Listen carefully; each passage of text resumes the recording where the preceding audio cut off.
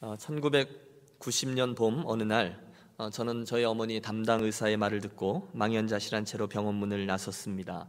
혈액암, 백혈병 진단을 받으신 어머니를 치료할 수 있는 방법은 단 한 가지, 골수 이식뿐인데 비용도 무척 많이 들 것이며 또 수술을 한다 해도 그 성공 가능성이 그리 높지 않다라는 의사의 말을 들었기 때문입니다. 그날 이후에 저는 저희 어머님의 병세가 악화되면 급하게 응급실로 달려가서 수혈을 받고 또 집으로 모시고 오는 일을 반복했고, 결국은 내가 피 장사하는 사람입니까? 집으로 모시고 가세요 라는 의사의 꾸지람과 함께 서러움으로 병원 문을 나서게 되었습니다. 그리고 나서 그날 오후에 저는 제가 자라난 교회, 늘 기도하던 그 지하 기도실에 가서 앉아 서러움을 토해냈습니다. 꺽꺽대며 기도하는데 여러분, 사실 기도라기보다는 신세 한탄이죠. 참 알 수 없습니다. 주님, 어째서, 왜 저의 가정에 이런 일이 일어나야 하는 것입니까? 정말 가슴이 터질 것 같습니다. 견디기가 너무 어렵습니다. 의사가 포기했다라는 말을 듣고 달려온 교우들의 방문과 격려가 별로 위로가 되지 않습니다. 욥기를 읽어 내려가면서 고난 중에 함께 하신다는 하나님을 발견하기 원했지만 그렇게 가슴에 와닿지 않습니다. 별로 위로가 되지 않아요. 그런데 그 상황 중에 가장 힘든 것은 예수님의 침묵이었습니다. 물론 인내하면서 기도해야 된다는 것을 모르지 않아요. 신학생이었거든요. 그런데도 당신은 실제로 아무런 말씀을 안 하시는 것입니다. 도대체 주님, 언제까지입니까? 언제까지 이렇게 상황에 질질 끌려가야 하는 겁니까? 도대체 주님, 우리를 사랑하시기는 하는 겁니까? 주님, 입장을 좀 바꿔놓고 생각해 봐 주세요. 예수를 잘 믿는 집에 이런 일이 일어나면 어떻게 우리 삶으로 하나님께 영광을 돌리겠습니까? 이유를 잘 모르겠습니다. 말씀 좀 해줘 보세요. 네? 백혈병으로 인한 2년여 우리 어머님의 투병 기간은 그때까지 제 삶에 있어서 가장 힘들었던 시기였습니다. 그리고 그 힘든 여정을 통해 하나님은 결국 당신의 그 아름다운 스토리에 저의 가정을 초대해 주셨습니다. 오늘은 여기까지. 더 자세한 이야기는 다음 기회에. 저는 이런 질문으로 오늘의 설교를 시작하려고 합니다. 여러분, 인생에 이러저러한 어려운 일로부터 자유로운 사람이 있겠습니까? 우리 답을 잘 알죠? 그렇지 않습니다. 없습니다. 예외 없습니다. 여러분이 누구시든지, 얼마를 가지셨든지, 예수를 얼마나 오래 믿으셨든지 그것들과는 전혀 상관없이 저와 여러분은 우리 삶에 다가오는 다양한 어려움들과 그로 인한 곤고함을 맞닥뜨리지 않을 수가 없습니다. 이 일이 맞춰질 때쯤 되면 또 다른 저런 일이 다가오고요, 또 그 일이 맞출 때쯤이면 또 다른 일이 생겨나고, 정말 산 넘어 산이라고 딱 저와 여러분의 이야기일 것입니다. 먹고 사는 문제, 또 가정의 문제, 직장 문제, 건강 문제, 또 교회 공동체 문제 등등 저와 여러분의 삶에는 힘든 일들이 계속해서 다가옵니다. 아니, 실제로 오늘 지난 주간 동안 이러저러한 버거움 가운데 있으시다가 오늘 예배하러 나오신 분도 우리 가운데 계실 거예요. 바로 그때, 오늘 그리스도인으로서 우리는 인생에 다가오는 힘든 문제들 앞에서 어떤 태도를 취해야 하겠습니까? 그 어려운 문제들을 향한 우리들의 태도, 하나님께서는 어떤 것을 기대하십니까? 지금 사울은 3,000명의 군사들과 함께 언덕을 오르고 있습니다. 그는 그의 일생 중에 최대 위기를 맞고 있어요. 얼마 전에 그는 암몬 족속들과의 전쟁에서 승리를 했습니다. 그리고 오늘은 또 다른 민족인 블레셋과의 전쟁을 준비하고 있어요. 곧 피비린내 나는 전쟁이 시작될 것입니다. 여러분, 아이들이 흔히 하는 화면 속에 있는 게임이 아닙니다. 정말로 창과 칼이 오가고 피가 튀고 살점이 떨어져 나가는 진짜 전쟁입니다. 사울왕의 계획에 의하면 이제 사무엘 선지자가 와서 전쟁 전에 하나님께 제사를 올려드리며 이 전쟁의 승리를 위해 축복 기도를 해줄 것이었습니다. 실제로 사무엘은 7일 후에 오기로 약속이 되어 있었어요. 그런데 갑자기 예상하지 못한 어려움이 하나 벌어집니다. 용감한 아들 요나단이 작전 계획에도 없던 기습 공격을 먼저 감행한 것입니다. 3,000명이라고 말씀드렸는데요, 그 중에 2,000명은 사울 자신과 같이 있었고 1,000명의 병사들과 함께 요나단이 남쪽으로 내려가는데, 어떤 이유에서인지 그 요나단이 자기와 계획한 것도 아닌데 먼저 블레셋을 기습한 것입니다. 그리고 사태가 걷잡을 수 없이 급박해지기 시작해요. 기습 공격을 당했던 블레셋 사람들이 엄청난 숫자의 사람들을 모으기 시작합니다. 오늘 본문 5절을 보시면 블레셋 사람이 이스라엘과 싸우려고 모였는데 병거가 3만이요 마병이 6,000명이요 백성은 해변의 모래와 같이 많더라. 그들이 올라와 베다웬 동편 믹마스에 진침해. 이렇게 되어 있습니다. 여러분 그림을 그려보십시오. 저와 여러분이 2,000명의 병사들과 함께 이쪽에 진을 치고 있는데 저쪽에 순식간에 10배가 넘는 병사들이 진을 치기 시작했다는 거예요. 그러니 초조해지지 않겠습니까? 믿음이 있다 해도 그 곤고함, 그 압박감은 엄청났을 겁니다. 시간이 흐릅니다. 이 사태가 어떻게 진행될지 아무도 몰라요. 여러분 어쩌면 이스라엘 진영 안에서는 이러저러한 이야기들이 돌았을 겁니다. 이길 수 있을까? 우리가 어차피 싸워야 된다면 빨리 하는 게 좋지 않나? 저놈들이 더 많이 모이기 전에, 저놈들이 정신을 차리기 전에 어차피 싸워야 되는 거라면 먼저 기습하는 게 더 옳을 것 같은데, 여러분 전쟁의 경험이 몇 번 있었던 사울도 그 정도는 알고 있었을 것입니다. 그러나 하나님의 사람 사무엘은 그에게 그 길갈에서 7일간 기다리라고 분명히 말을 했습니다. 그래서 그는 기다립니다. 하나님은 이스라엘로 하여금 이 과정을 통해 전쟁은 여호와께 속하였다라는 것을 또 한 번 알게 하기를 원하셨어요. 하지만 당사자인 사울과 이스라엘 백성들에게 그 7일은 마치 7년과도 같이 길게 느껴졌을 것입니다. 하루가 지났습니다. 이틀이 지났습니다. 이스라엘 진영이 술렁입니다. 사무엘 선지자님이 오시기는 할까? 오신다고 했으니 오시겠지. 야, 그건 그렇고 저 블레셋 놈들 좀 봐라. 갑자기 어디서 저렇게 많아졌지? 우리 언제쯤 공격을 개시하려나? 날이 가면 갈수록 이스라엘의 사기는 점점 땅에 떨어집니다. 블레셋의 엄청난 숫자에 질려버린 이스라엘에게 1명씩 2명씩 탈영병이 속출했습니다. 아마 사울은 매시간 사람을 보내어서 저 언덕 너머에 우리가 기다리던 사무엘 선지자가 오는지를 체크했을 것입니다. 13장 6절과 7절의 말씀은 당시 그들의 절박한 상황을 이렇게 표현해주고 있습니다. 이스라엘 사람들이, 이스라엘의 진영입니다, 위급함을 보고 절박하여 굴과 수풀과 바위 틈과 은밀한 곳과 웅덩이에 숨으며, 여러분 이해가 되시죠? 어떤 히브리 사람들은 요단을 건너 갓과 길르한 땅으로 가되 사울은 아직 길갈에 있고 그를 쫓은 모든 백성은 떨더라. 여러분 상황은 최악입니다. 사람들이 도망가고 숨습니다. 그의 스트레스가 최고로 높아졌습니다. 드디어 길고 긴 마지막 6째 날이 지나고 7째 날의 아침이 밝았습니다. 오늘 본문의 기록에 의하면 마지막 날 사울에게 남아있던 이스라엘의 군사는 고작 600명 뿐이었다라고 말합니다. 2,000명이었던 이스라엘 사람들이 시간이 지나면서 1명 2명 다 도망가고 이제 겨우 600명과 함께 사울이 진을 치고 있는 그 형편입니다. 자, 여러분, 바로 이런 상황 속에 사울이 여러분이시라면 여러분은 어떻게 하시겠습니까? 이 어려운 상황이 여러분으로 하여금 하나님을 향하여 더 가까이 나아가게 합니까? 아니면 이 어려운 상황이 여러분의 입술로부터 하나님을 원망하게 하고 우심과 불평으로 우리로 하나님으로부터 멀어지게끔 합니까? 여러분 말씀드렸죠. 지금 이 상황에서 아쉬운 점은요, 사울이 그날 다른 식으로도 반응할 수 있었다는 것입니다. 아니, 하나님은 그것을 바라셨어요. 만약에 사울이 이 상황에서 그 전에 이스라엘과 믿음의 선진들, 이스라엘 선조들과 어떤 일들을 행하셨는지를 기억했다면, 예를 들어 홍해가 이렇게 갈라졌던 사건을 기억했다든지 기드온과 300 용사의 사건을 기억했다든지 했다면, 하나님께서 사울에게 이미 주셨던 여러 승리들과 약속들을 기억했더라면 사울은 분명히 이 상황에서 더욱더 다른 방식이죠, 전능하신 하나님을 의뢰할 수 있었을 것입니다. 아니, 적어도 사울은요, 얼마 전에 여호와의 신이 그에게 임하여 저가 예언하는 그런 신비한 경험까지도 했었습니다. 그것을 보고 그분을 신뢰했다면 아마 이스라엘의 역사는 다른 스토리를 써나갔을 수도 있었을 것입니다. 그러나 사울은 지금 말씀드린 이 상황, 이 곤고함으로 인해서 하나님을 향하여 얼굴을 돌리기는커녕 그 스트레스에 사로잡혀 거의 미칠 지경이 되어갑니다. 7일째 되던 날에 그가 폭발했습니다. 그만! 나는 할 만큼 했다. 더 이상은 못 참겠다. 번제와 화목제물을 가져오라. 제사장만 제사를 드리라는 법이 있는가? 그리고는 자기 손으로 하나님께 번제를 올려 드렸습니다. 바로 그 순간에 오늘 본문 사무엘이 막사로 들어온 것입니다. 여러분, 순간 그 노선지자의 노여워하는 얼굴 표정이 보이십니까? 아니, 이게 무슨 일입니까? 사울이 이렇게 저렇게 궁색하게 변명합니다. 그 후 사무엘의 입에서 책망이 흘러나온 게 오늘 본문이에요. 13절, 사무엘이 사울에게 이르되 왕이 망령되이 행하였도다. 왕이 망령되이 행하였도다. 왕의 왕이 하나님 여호와께서 왕에게 명하신 명령을 지키지 아니하였도다. 그리하였다면 여호와께서 이스라엘 위에 왕의 나라를 영영히 세우셨을 것이오늘 지금은 왕의 나라가 길지 못할 것이라. 여호와께서 왕에게 명하신 바를 왕이 지키지 아니하였으므로 여호와께서 그 마음에 맞는 사람을 구하여 그 백성의 지도자를 삼으셨느니라 하고, 그리고 이스라엘의 역사에 다윗이 서서히 등장하기 시작하죠. 여러분, 사울 왕은요, 사무엘을 통한 하나님의 명령과 약속을 잘 알고 있었어요. 그러나 그는 그 상황과 그 스트레스에 눌려서 결국 하나님의 약속을 신뢰하지 못했고 그 상황에 눌려버리는 희생양이 되고 말았습니다. 함께 기억하고 싶습니다.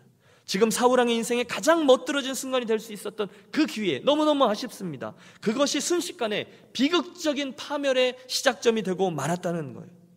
무엇 때문인가요? 자기에게 다가온 그 어려움, 위기, 힘든 일을 잘못 다루었기 때문입니다. 그는요, 이스라엘에게 하나님께서 당신의 영광을 드러내시면서 기적적으로 역사하시려고 하는 바로 그 순간에 서 있었어요. 하나님께서 당신의 전쟁을 치르시려는 순간, 그 찰나에 그 멋들어진 기회를 자신의 불순종으로 인하여 망가뜨려 버린 거예요. 그날 사울의 실수는 단순하게 제사장도 아닌 게 제사를 드려 집전에 그 정도가 아니에요. 사울의 실수는 저가 하나님께서 당신의 약속한 바를 신실하게 지키시는 분이다라는 것을 결국 믿지 않은 것입니다. 하나님께서 이 전쟁의 모든 상황을, 이 어려운 모든 상황을 통제하실 수 있는 분이다라는 사실을 믿지 않은 거예요. 그래서 지금 팔을 걷어붙이고 나섰습니다. 더 이상 못 참겠다, 더 이상 못 믿겠다, 내가 해치워 버리겠다. 여러분은 어떠십니까? 사랑하는 여러분, 여러분께서는 오늘 저와 여러분의 삶에 다가오는 힘든 일들, 설명할 수 없을 만큼 어려운 일들, 내 손과 내 경험으로 더 이상 어떻게 할 수 없을 만큼 힘든 자리에 이르렀을 때에 그 순간에 끝까지 과연 여호와 하나님 언제는 선하지 않으셨는가 하며 끝까지 그 믿음의 끈을 계속해서 지켜나가십니까? 아니면 오늘 이 사울처럼 그 어려움이 자기를 급습하도록 몰아놓고 하나님을 향한 믿음의 끈을 놓아 버리십니까? 오늘 인생의 힘든 일들 가운데 눌려있다가 예배하러 나오신 분 계시죠? 지난 한 주간 동안 수고하고 애썼던, 나를 너무너무 곤곡해 했던 그 일 말입니다. 그 순간에 여러분, 하나님께서 이 상황을 처리할 수 있는 분이다 라고 정말로 믿고 그분을 의뢰하십니까? 아니면 이날 사울처럼 그만, 내가 하리라, 내가 해, 팔을 걷어붙이고 나서십니까? 사랑하는 여러분, 분명한 사실이 있어요. 그것은 어려운 일, 보통 어려운 일 말고 정말 어려운 일을 만나셨을 때 저와 여러분이 선택할 수 있는 방법은 두 가지 중에 하나일 뿐이고, 그 순간 저와 여러분은 정말로 선택을 해야 한다는 것입니다. 첫째, 그 상황에서 우리는 그 어려움이 내 삶과 내 행동을 지배하게 놔두든지, 둘째, 그 어려움이 내가 가진 하나님에 대한 믿음을 증명하는 기회가 되도록 하나님 더 의뢰하든지, 둘 중에 하나라는 거예요. 그런데 그날 사울은 슬프게도 전자의 방법을 택했습니다. 그 힘든 일로 하여금 자기 삶을 눌러버리도록 허락했어요. 결과는 비참했습니다. 왕이 망령되이 행하였도다. 여호와께서 왕에게 명령하신 바를 왕이 지키지 아니하였으므로 여호와께서 그의 마음에 맞는 사람을 구하여 그 백성의 지도자로 삼으셨느니라. 참으로 슬픈 장면이 아닐 수 없습니다. 그러나 여기에 또 다른 방법이 하나 더 있었다는 것을 말씀드리려는 거예요. 사울은 그렇게 반응하지 않을 수도 있었어요. 어떻게 해요? 그것은 오히려 그 어려움 속에서 저가 하나님을 문자 그대로 끝까지 믿고 의뢰하고 여전히 그분의 도우심을 간구하는 것입니다. 힘들어요. 믿음의 싸움이에요. 기도하는 거예요. 하지만 조금 더 인내하며, 조금 더 인내하며, 조금 더 인내하며 하나님을 그 인생의 어려운 자리로 초대하는 기도를 계속하는 겁니다. 여러분, 쉽지 않아요. 그러나 그 일을 계속하는 거죠. 신약 성경에 이르러 우리는 믿음의 선진들 중에 사도 바울을 기억합니다. 특별히 그의 인생에 닥쳤던 심한 어려움들과 상황들을 기억합니다. 그는요, 40에 하나 감한 매를 여러 번 맞았습니다. 돌로도 맞습니다. 배신도 당했습니다. 조롱도 당했습니다. 협박도 당했습니다. 실제로 감옥에도 갇힙니다. 그런데 여러분, 그는 그 엄청난 삶의 스트레스와 곤고함이 계속되어지는데도 하나님을 더 의뢰함으로 하나님께서 그 상황을 지배하도록 내어드렸습니다. 여러분, 고린도후서 1장에 보면 저의 고백이 나와요. 형제들아, 우리가 아시아에서 당한 환난을 너희가 알지 못하기를 원치 아니하노니 힘에 지나도록 심한 고난을 받아 살 소망까지 끊어지고, 여러분, 살 소망이 끊어질 만큼 더 이상 살고 싶지 않다, 죽고 싶다 할 만큼 너무너무 어려웠어요. 우리 마음에 사형 선고를 받은 줄 알았으니, 그런데 그 다음이 비밀입니다. 이유가 있었다는 거예요. 이는 우리로 자기를 의지하지 말고 오직 죽은 자를 다시 살리시는 하나님만 의뢰하게 하려 하심이라. 여러분, 사도 바울은 정말 그렇게 한 거예요. 그 곤고함 중에 살 소망이 끊어질 만큼 힘든데 그 상황에서 자기를 의지하는 게 아니라 하나님을 끝까지 신뢰함으로 그분을 의뢰하는 것이 옳다라는 것을 삶으로 보여줬습니다. 그리고 그만 보여준 게 아니에요. 우리 하나님도 실제로 그 방법이 옳다라는 것을 사도 바울의 삶을 통해서 증명해 보여주셨습니다. 결국 이 모든 과정을 통해 사도 바울이 담대히 외치게 됩니다. 그 스토리는 이렇게 맞춰져요. 그러므로 나 말고 그에게 소망을 두라. 할렐루야. 사랑하는 여러분, 힘드시죠? 어려우시죠? 설명할 수 없는 일들이 일어나시죠? 심지어 오늘 저에게, 이 김 목사에게까지 말하지 못할 만큼 어려운 일들을 가지고 계시죠? 함께 기억하겠습니다. 저와 여러분의 그런 형편에서의 진정한 도움은, 저와 여러분 지금까지의 신앙의 어떤 경험에서 오지 않습니다. 우리의 진정한 도움은 우리들이 가지고 있는 소유에서 오지 않습니다. 이제 그 정도는 알아요. 우리들의 소망은 우리들의 학벌이나 경력이나 지위나 직분에 있지 않아요. 대신에 그 상황 속에서 우리들의 진정한 도움은 오로지 하나님 그분에게서만 옴을 분명히 기억하는 이 아침 되기를 원합니다. 내가 산을 향하여 눈을 들리라. 나의 도움이 어디서 올꼬? 나의 도움이 천지를 지으신 여호와 하나님에게서로다. 놀라운 사실이 있습니다. 그것은 만약에 저와 여러분이 정말로, 그러니까 보통 어려움 말고요, 아주 진한 어려움, 내 힘으로 무엇인가를 할 수 없게 되었을 때, 그때 주님을 바라보고 주님, 수고하고 무거운 짐진 자들 나오라고 하셨죠? 그래서 제가 지금 갑니다. 지금 제가 주님의 말씀에 따라 이 짐을 내려놓습니다 하고 나아가면 주님은 정말로 그 짐을 맡아주시고 우리를 대신하여 역사하신다는 것입니다. 여러분, 이것은 언어의 유희 아닙니다. 정말입니다. 경험해 보았어요. 주님의 능력이 내 것이 되어집니다. 주님, 더 이상 제가 할 수 없어요. 제가 항할 수 있는 일들은 다 끝났습니다. 이제는 제가 주님께로 내려놓습니다. 주님 좀 도와주세요. 그런 고백과 의탁하는 기도와 함께 저는 그 어려운 상황을 하나도 바뀌지 않아요. 그러나 그 어려운 상황을 뚫고 들어와서 제 삶을 감싸는 아버지 하나님 주시는 평안함과 평강을 종종 맛보았습니다. 여러분, 감성적인 어떤 편안함을 이야기하는 게 아니에요. 하나님이 주시는 평강을 이야기하는 거예요. 혹시 여러분 이러저러한 일로 인해서 하나님이 보이지 않으십니까? 그렇다면 이 아침에 우리 허다한 믿음의 선배들이 겪었던 그분의 손길을 다시 한번 바라보겠습니다. 여러분 주변에 힘든 가운데서도 하나님을 의뢰하고 끝까지 믿음의 길을 걸어가고 있는 그런 신앙의 선배들을 좀 바라보십시오. 그리고 그것들을 보며 저와 여러분 또한 하나님의 도우심을 진정으로 구하며 나아가는, 그 끝까지 믿으며 싸우는 믿음의 싸움을 잘 감당하는 우리 유년교회 가족들이 되시기를 축복합니다.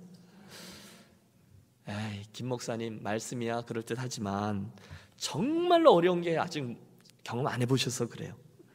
진짜 힘든 일 만나시면요, 진짜 무력감에 빠지면요, 그게 입으로 말하기는 쉬워도 그게 그렇게 진짜로 되는 게 아니에요.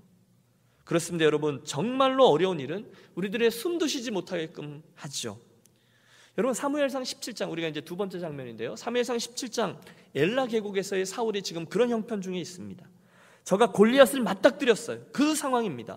그 스토리에 세 명의 주인공이 등장해요. 사울 왕, 그리고 골리앗, 그리고 다윗. 그러나 여러분, 그 스토리 홍간에 또 다른 주인공이 숨어 계십니다. 우리 하나님이시죠. 여러분, 우리가 사무엘상 17장을 읽어 내려가다 보면 같은 상황, 어려움이죠. 같은 상황을 대하는 두 가지 논리와 방법을 발견합니다. 하나는 사울의 논리고요, 또 하나는 다윗의 논리입니다. 오늘 이 이야기를 하려고 하는 거예요. 또 다른 전쟁이 벌어졌습니다. 블레셋이 또다시 다가와서 이스라엘과 맞닥뜨렸어요. 그리고 그들은 저와 여러분이 너무도 잘 아는 골리앗이라는 대표 선수를 내보냅니다. 여러분, 약간 우스꽝스러워 보이는 이 방식은 고대 근동지방에 진짜로 행해졌던 전쟁 방식입니다. 두 군대가 전장에서 같이 맞닥뜨리는 대신에 각 진영에서 선택된 한 명의 전사, 에이스들이 나와서 죽음에 이르기까지 싸웁니다. 그리고 그곳에서의 승자가 속한 진영이 전쟁에서 승리하는 것으로 간주됩니다. 잘 아시듯이 블레셋에서 나온 에이스는 골리앗입니다. 골리앗은 키가 2m 70cm가 넘는 거인이었다고 전해집니다. 아마 구약 성경에 나오는 거대한 사람들 네피림의 후손이 아닐까라고도 생각해 봅니다. 그가 무장한 청동갑옷의 무게만 해도 45kg이었고요. 여러분, 그가 입었던 옷이 45kg였다는 거예요. 별로 안 놀라시는데요. 옷만 해도 45kg, 그리고 그의 창 중에 특별히 그 끝에 있는 쇠, 뾰족한 쇠 분만 해도 6.8kg이었다는 거예요. 그러니 보통 사람으로서는 아무도 그 어마어마한 거인 앞에 나가서 대적할 자가 없어 보입니다. 골리앗은 그날 블레셋 비장의 무기였습니다. 그리고 문제는 이스라엘에게 그와 필적할 만한 장수가 없었다는 거죠. 자, 그 전쟁터로 가보시죠. 그 큰 거인 골리앗이 매일매일 경계선에 나와서 소리를 지릅니다. 이스라엘과 여호와 하나님에 대해서 최고로 악한 욕설과 모욕을 막 퍼붓습니다. 제가 강단이니까 욕을 할 수는 없죠. 그리고 나서 나와 대적할 사람은 나와라고 외칩니다. 나를 죽이면 우리가 너희의 종이 되고 그가 죽으면 너희가 우리의 종이 될 것이라. 여러분, 두말할 것도 없죠. 온 이스라엘은 엄청난 두려움에 시달립니다. 실제로 성경은 사울과 온 이스라엘이 블레셋 사람의 이 말을 듣고 놀라 크게 두려워하니라 기록합니다.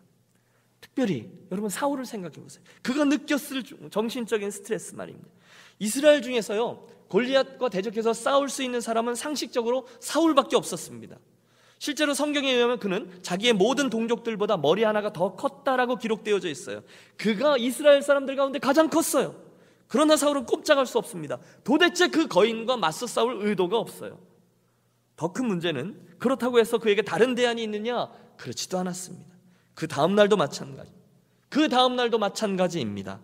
결국 사울과 이스라엘 군대는 아무런 대안도 없이 고스란히 골리앗의 조롱을 감수하며 두려움 속에서 40일이라는 시간을 시달렸습니다. 여러분, 이게 보통 일이 아닌 거죠. 무슨 희망이 있거나 더 나아질 거라는 기대감이 있으면 모르겠어요. 그러나 아무런 대안이 없이 40일을 끌려가고 있는 거예요. 아마도 사울은 도망치고 싶었을지도 몰라요. 그러나 왕은 그럴 수 없죠. 그렇다고 나가서 싸우자니 더 어렵습니다. 그런데 더욱 절망적인 것은 이 상황을 변화시킬 수 있는 게 아무것도 없다는 것입니다. 그는 거기에 그냥 단지 앉아있을 뿐입니다. 적군이 어떻게 할 것만을 지켜보는 전혀 수동적인 상황에서 질질 끌려가요. 여러분, 그런 형편 안 당해보셨어요? 내가 할 수 있는 일이 아무것도 없어요. 그러나 나는 누가 무슨 일을 행하든지 그 상황이 어떻게 진행되든지 그냥 끌려가야만 하는 상황으로 하루가 가고 이틀이 갈 때 얼마나 속이 타는지 몰라요. 살 소망이 끊어져요. 여러분, 그런 상황 가운데 사울이 서 있습니다. 아무것도 할 수 없습니다. 모든 이스라엘 백성들이 침묵 가운데 자기만 쳐다보고 있습니다. 이것이 바로 사울이 그날 맞닥뜨린 인생의 어려움입니다. 자, 이 상황에서 사울을 조금만 더 들여다보시죠. 그에게 있는 논리는 간단합니다. 그의 첫 번째 반응은 재빨리 그 거인의 전투력과 자기의 능력을 비교해 보는 것이었죠. 이윽고 그는 자기의 지금까지의 지식과 경험들을 총동원해서 이런 결론을 내립니다. 상대가 안 된다. 나의 지식과 나의 무기와 나의 힘과 나의 신장과 나의 능력은 저 거인 골리앗의 것과는 비교할 수 없다. 그러므로 나는 그와 맞서 싸울 수 없다. 사울은 자기의 그 무력함을 이런 논리적인 변명으로 감출 수 있었어요. 어쩌면 그와 함께했던 이스라엘 백성들도 다 동의했을 거예요. 사울이 나가서 싸우지 않는 것에 대해서 아무도 뭐라 하지 않아요. 이해해요. 상대는 골리앗이거든요. 그런데 이때 어린 목동 하나가 그곳에 도착합니다. 누구죠? 네, 그 유명한 다윗입니다. 그 소년이 깜짝 놀랍니다. 왜냐하면 그는 이 상황 속에서 사울 왕과 이스라엘 군대가 품고 있던 그 논리를 받아들일 수가 없었기 때문이에요. 그는 그런 삶의 방식을 몰라요. 그는 지금 골리앗이 자기의 큰 육체를 믿고 나와서 여호와 하나님의 이름을 욕되게 하고 이스라엘을 조롱하는 모습을 보면서 마음속에 끓어오르는 거룩한 분노를 가라앉힐 수가 없어요. 그가 외치죠. 이 할례 없는 블레셋 사람이 누구간데 사시는 하나님의 군대를 모욕하느냐? 저가 철없이 나섭니다. 그는 사울의 논리를 알지 못해요. 아니, 다윗은 어려움에 임할 때 가지고 있는 자기만의 논리가 있어요. 그가 외칩니다. 제가 나가겠습니다. 사울이 말립니다. 너는 안 된다. 너는 소년이요. 골리앗은 어려서부터 용사였단다. 그런데도 다윗이 고집을 부려요. 17장을 여러분 읽어 내려가다 보면 가슴이 뜁니다. 다윗의 고백이에요. 주의 종이 사자와 곰도 쳤은즉 사시는 하나님의 군대를 모욕한 이 할례 없는 블레셋 사람이리이까. 그가 그 짐승 중에 하나와 같이 되리이다. 여호와께서 나를 사자의 발톱과 곰의 발톱에서 건져내셨은즉 나를 이 블레셋 사람의 손에서도 건져내시리이다. 정말 그렇게 믿은 거예요. 하나님의 도우심을 정말로 신뢰하는 믿음, 그것이 있는 용사만이 내뱉을 수 있는 고백이죠. 그는 그걸 경험해 봤어요. 여호와께서 자기를 사자의 발톱에서 건지시는 것, 곰의 발톱에서 건지시는 걸 경험해 봤거든요. 그러니 사시는 하나님의 군대와 여호와의 이름을 모욕하는 저 블레셋 사람, 넌 누구냐라는 거예요. 잠시 후에 그 엘라 계곡에서 골리앗을 맞닥뜨린 다윗이 저 유명한 믿음의 고백을 토해내죠. 잘 들어보십시오. 너는 골리앗입니다. 너는 칼과 창과 단창으로 내게 오거니와 나는 만군의 여호와의 이름 곧 내가 모욕하는 이스라엘 군대의 하나님의 이름으로 내게 가노라. 오늘 여호와께서 너를 내 손에 붙이시리니 내가 너를 쳐서 내 머리를 베고 블레셋 군대의 시체로 오늘날 공중의 새와 땅의 들짐승들에게 주어 온 땅으로 이스라엘의 하나님이 계신 줄 알게 하겠고 여호와의 구원하심이 칼과 창에 있지 아니함을 이 무리로 알게 하리라. 전쟁은 여호와께 속한 것인즉 그가 너희를 우리 손에 붙이시리라. 할렐루야. 여러분, 다윗의 논리가 보이십니까? 조금 전에 말씀드렸던 사울의 논리와 앞부분은 똑같아요. 내 기술, 내 무기, 내 신장, 내 경험은 네 것보다 못하다. 그러나 앞부분은 똑같지만 뒷부분은 완전히 달라요. 사울의 논리와 달리 그러나 여호와 하나님 때문에 골리앗 너는 내 밥이다. 너는 이제 죽었다. 이게 다윗의 논리입니다. 무엇이 이를 가능케 했을까요? 용기입니까? 아니에요. 다윗, 그에게 있는 여호와 하나님의 능력에 대한 진정한 신뢰, 정말로 다윗은 하나님께서 그 상황에 개입하셔서 골리앗을 물리칠 수 있다, 그렇게 해줄 수 있는 분이다라는 것을 정말로 믿었다는 거예요. 그 믿음으로 하나님을 하나님으로 기대하고 그분을 그 믿음으로 하나님을 하나님으로 대접해 드렸습니다. 잠시 후 어린 소년 다윗은 하나님의 능력으로 골리앗을 밟고 그의 목을 베고 여호와 하나님께서 사울의 논리가 아니라 다윗 자신의 논리를 원하며 이를 기뻐하고 계심을 직접 증명해 주셨습니다. 물맷돌 5개 중에 단 하나만 사용하고 말입니다. 우리들의 이야기로 와보시죠. 오늘도 인생길에서 수많은 골리앗을 대하고 있는 여러분, 오늘 인생의 여정을 걸어가면서 저와 여러분은 과연 누구의 논리를 따라야 되겠습니까? 주어진 상황들이 여러분 물론 힘들죠. 정말로 힘들죠. 해결되지 않을 것처럼 보이죠. 어디서부터 실타래를 풀어야 될지 모르겠어요. 그 가운데 무기력하게 서 있는 저와 여러분은 이제 어떻게 하시겠습니까? 그 사울처럼 물리적이고 상식적이고 경험적인 세상의 논리를 따르시겠습니까? 아니면 다윗처럼 하나님 때문에 내가 이겨내리라는 믿음의 논리를 따르시겠습니까? 여러분, 응당 다윗의 논리를 따라야 되지 않겠느냐는 거예요. 아니, 그 논리만을 잘 따르며 나머지 믿음의 경주를 잘 달려가다가 하나님의 놀라우신 일들을 체험하며 이게 예수 믿는 사람의 삶이야 라고 고백하는 저와 여러분이 되시기를 축복합니다. 이를 위해서 물론 나에겐 힘들지만 하나님은 하실 수 있습니다를 날마다 믿음으로 고백하는 것이 필요합니다. 그게 믿음의 싸움이죠. 제가 한번 여쭙죠. 사랑하는 여러분, 오늘날 전능하신 하나님, 엘로힘 하나님, 엘샤다이 하나님, 풍성하신 하나님께서 나의 아버지가 되시고 나를 케어하시고 내 인생의 힘과 소망이 되어주시겠노라 하셨는데, 여러분 그 사실을 정말로 믿으십니까?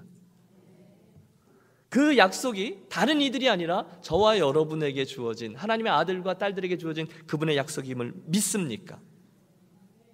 그런데 왜 우리가 우리 스스로 그분의 능력을 제한하며 살아가고 있습니까? 우리가 왜 그분의 능력을, 내가 그 능력을 내 삶에 드러내도록 하지 못하고 있습니까? 이유는 하나예요. 우리들의 목소리가 점점 줄어드는 이유는 하나예요. 정말로 하나님의 그 광대하심과 그 전능하심과 영광스러운 하나님을 정말로 신뢰하고 있지는 않기 때문입니다. 어떤 부분은 신뢰해요. 그러나 어떤 부분에 되면 요거는 좀 하고 생각해요.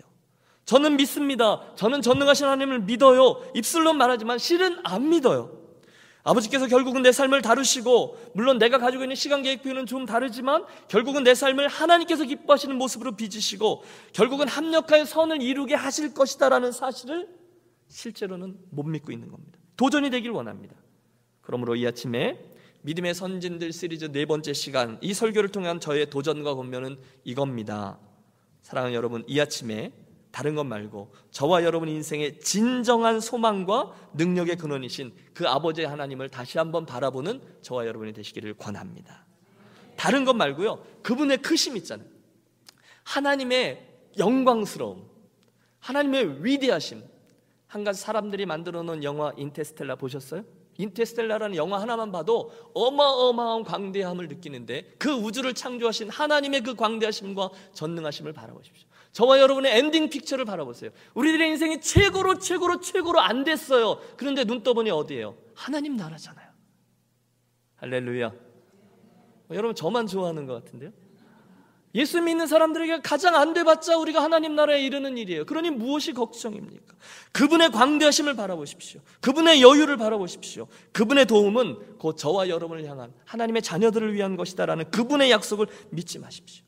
여러분 예수 믿는데 얄팍하게 그분을 내 뜻에 이렇게 저렇게 조종하려고 하는 그런 시도들을 다 포기하십시오. 저와 여러분의 뜻을 이루어주기 위해 존재하는 하나님 없습니다. 그런 분 없어요. 혹시나 그런 뜻이, 나의 뜻이 이루어졌다면 그것은 내 뜻이 하나님의 뜻과 조율이 되어 있기 때문이죠. 사랑하는 여러분, 그 놀라우신 하나님을 내가 이렇게 저렇게 하실 생각은 빨리 내려놓으시고요, 저와 여러분의 인생의 장에 다시 한번 초대하는 이 복된 아침이 되시기를 축원합니다. 사형리에 나오는 그림 아시죠? 내 인생의 가운데 의자에 내가 앉아 있는가? 그리고 그 자리에 저 구석에 다른 여러 이슈들과 함께 예수님이 서 계신가? 그 그림에서 얼른 그 인생의 자리에 내가 좌우하는 예수 그리스도 말고 주인된 의자의 자리에 예수 그리스도께서 앉아 계시고 내가 내 인생의 구석에 서 있는 그 모습으로 다시금 되돌아가는 이 아침이 되기를 소원합니다. 오늘 그 이야기 연장선상에서 여러분 떠올려 보십시오. 오늘 나의 삶에 골리앗은 무엇이 있습니까? 저와 여러분이 오늘도 만나고 있는 골리앗은 크기도 성격도 다양할 것입니다. 그러나 그 문제들 앞에서 하나님께서 우리들에게 기대하시는 바는 동일합니다. 그것은 나의 하나님께서 내 삶의 모든 것을 아시며 실제로도 다 해결하실 수 있다는 사실을 내가 정말로 믿는 것입니다. 그것을 정말 믿느냐 믿지 않느냐가 오늘 우리들 믿음의 싸움이에요. 덜 중요한 싸움들은 빨리 내려놓으세요. 하나님의 선하심을 믿고 하나님께서 내 인생을 그 색깔로 그리로 인도해 나갈 것이다라는 것을 믿는 믿음의 싸움을 하는 이들이 지혜로운 것이죠. 만약에 그 기회만 우리가 하나님께 내어드린다면 하나님께서는 당신께서 직접 해결해 주실 것이다 라고 약속하셨습니다. 하나님의 약속이에요. 그리스도인이라고 해서 어려운 일을 만나는 인생길에 관한 한 예외는 없습니다. 여러분 그 사실을 아십시오. 그것이 물리적인 것이든 질병으로 인한 것이든 경제적인 것이든 관계적인 것이든 상관없습니다. 누구나 인생길에 힘들고 어려운 문제를 만나게 됩니다. 오늘 혹시 그것들 중에 하나로 인하여 힘드십니까? 해답이 보이지 않아서 더 힘드십니까? 이 아침에 믿음의 선진이었던 사울의 선택과 태도를 우리를 향한, 오늘의 삶을 향한 영적인 거울로 삼으시고요, 동일하게 다윗의 논리와 방식도 또 다른 거울로 삼으십시오. 하나님의 사람으로서 우리는 우리에게 다가오는 인생의 문제들을 단 두 가지의 논리들 가운데 한 가지만을 택하여 행할 수 있습니다. 먼저는 사울식의 논리입니다. 문제를 보는 거예요. 상황을 보는 거예요. 속상해하는 거예요. 하나님이 정말로 나를 도와주실 수 있는 분이라는 것을 머리로는 아는데 실제로는 믿지 않아요. 그래서 사용하지 않아요. 믿는 척하는 거죠. 처음엔 믿는 것 같았는데 중간에 상황들이 어려워지면 이거 되겠어? 라고 합니다. 여러분 만에 하나 사울이 그 힘든 상황 속에서 지금 그 힘든 상황 골리앗이 아니라 그에게서 눈을 떼어 숨을 돌린 후 하나님의 시선과 눈을 마주쳤다면 어떤 일이 일어났을까요? 저는 믿습니다. 그는 다른 선택을 했을 겁니다. 그는 그 힘든 상황들을 통해서 오히려 하나님의 놀라운 능력이 그의 삶과 이스라엘의 한 가운데 나타나도록 해줄 수 있는 기회라는 것을 깨달았을 거예요. 그렇습니다. 여러분 드리는 말씀이 이겁니다. 저와 여러분에게 오늘 다가오고 있는 수많은 골리앗들, 힘든 일들은 따지고 보면 사울로 하여금 하나님의 놀라운 일을 실제로 경험토록 하기 위한 하나님 아버지의 초청장이라 보면 틀림없습니다. 여러분 놀랍지 않습니까? 그 광대하시고 어마어마한 하나님이 하나도 당신의 영광에 손해보거나 아쉬운 게 없으신 하나님께서 저에게 관심을 갖고 계세요. 그리고 내 인생 내가 같이 가자, 내가 좀 들어갈 수 있게 해주라. 그게 하나님의 초대장이에요. 그리고 사울로 하여금 그 기회를 갖도록 하신 거죠. 골리앗을 통해서요. 그러나 사울은 골리앗만 본 거예요. 그 상황만 본 거예요. 그로 인해서 하나님의 놀라운 기적과 영광이 그의 삶의 한가운데 현현할 수 있는 기회를 스스로가 버린 거예요. 하나님의 초청장을 보고 골리앗이라고 써있는 것을 보고 확 구겨서 던진 겁니다. 뭐야 하고 그때 한 목동이 그 전쟁터로 다가오다가 떨궈져 있는 초청장을 발견하고 그 초청장을 펴본 후에 거기에 응한 것입니다. 다윗이 그 초대장을 받았어요. 결국은 하나님은 그 초청에 응한 다윗을 통해서 하나님의 놀라운 영광과 능력을 보여주셨습니다.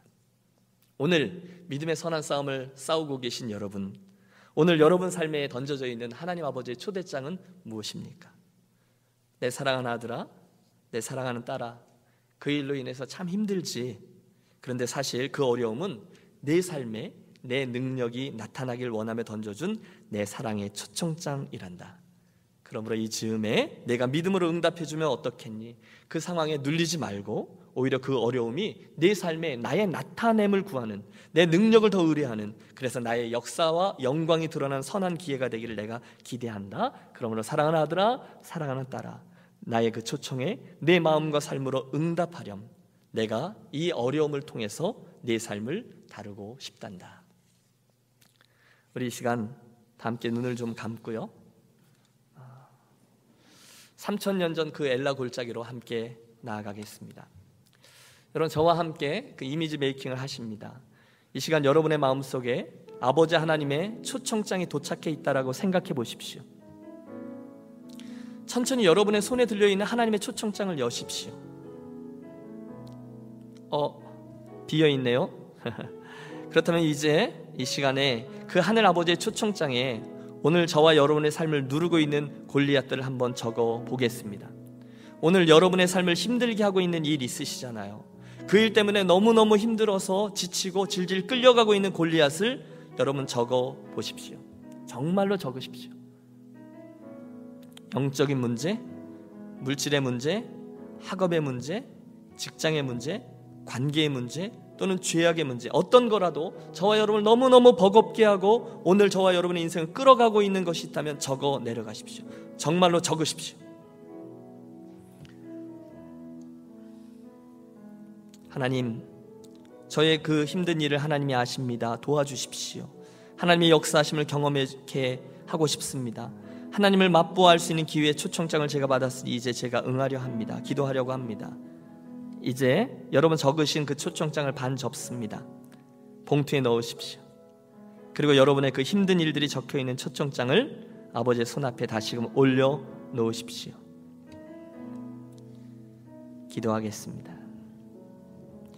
인생의 생사화복을 주관하신 하나님 아버지, 여기에 사울의 논리가 아니라 다윗의 논리로 하나님 아버지의 초청에 응답하는 우리들의 리스트가 있습니다.